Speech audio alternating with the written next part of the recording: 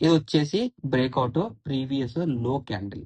Okay, previous లో candles. Okay, and ఇక్కడ దీన్ని నేను కాపీ పేస్ట్ చేసి ఇలా వచ్చింది అనుకోండి, ఇది బ్రేక్అవుట్. ఓకే, ఇప్పుడు ఒక నిమిషం, ఇలా వచ్చింది అనుకోండి, రెడ్ రిజెక్ట్ అయ్యింది, ఇలా వచ్చింది అనుకోండి, ఇది కూడా బ్రేక్అవుట్. ఇప్పుడు ఒక్క నిమిషం, 1 మినిట్ అండి. ఇలా వచ్చింది అనుకోండి, ఇది కూడా బ్రేక్అవుట్. ఇలా వచ్చింది అనుకోండి, ఇది fake break down, real breakout. Fake break downs, fake breakouts ఇలా మీరు చాలా మందికి తెలుసు కదా. ఇది ఫేక్ బ్రేక్ డౌన్ అంటే రియల్ బ్రేక్అవుట్. ఇలా వస్తే బ్రేక్అవుట్.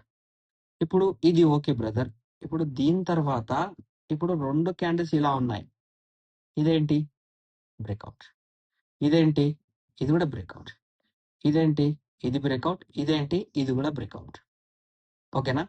ఇప్పుడు ఇంకో డౌట్ వచ్చేసి చాలా మందికి ఏముంటది అంటే, బ్రదర్ ఇలా రెడ్ క్యాండిల్ బ్రేక్అవుట్ దగ్గర ఫామ్ అయింది, సో ఇక్కడ బ్రేక్అవుట్ అనేది బ్రేక్ అయిందా అంటే బ్రేక్ కాలేదు.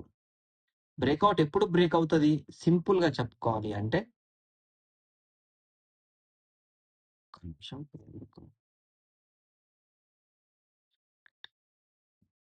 ఇలా కూడా మార్కెట్ లో బ్రేక్అవుట్ ఉంటుందండి. ఇప్పుడు ఈ రెడ్ క్యాండిల్ ఇక్కడ క్లోజ్ చేసిన తర్వాత మార్కెట్ ఇక్కడ కింద ఇలా రెడ్ క్యాండిల్ తర్వాత ఫస్ట్ క్యాండిల్ గ్రీన్ చేసిందంటే ఇది బ్రేక్అవుటే. బట్ ఈ బ్రేక్అవుట్ కదా అన్నట్టు ఇక్కడ ట్రేడ్ తీసుకోవద్దు. మనం ఎప్పుడు ట్రేడ్ తీసుకోవాలి అంటే, ఇలా ఉన్నప్పుడు ఇక్కడ మీదికి వెళ్తూ,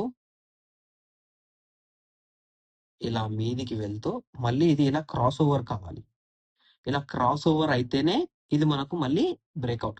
కింద గ్రీన్ క్యాండిల్ ఉంది కదా అంటే ఇది ఫేక్ బ్రేక్ డౌన్ ఇచ్చింది, ఇక్కడ రియల్ బ్రేక్అవుట్ రాబోతుంది. బట్ రియల్ బ్రేక్అవుట్ ఎక్కడ రావాలి అంటే, ఈ బ్రేక్ చేసిన లెవెల్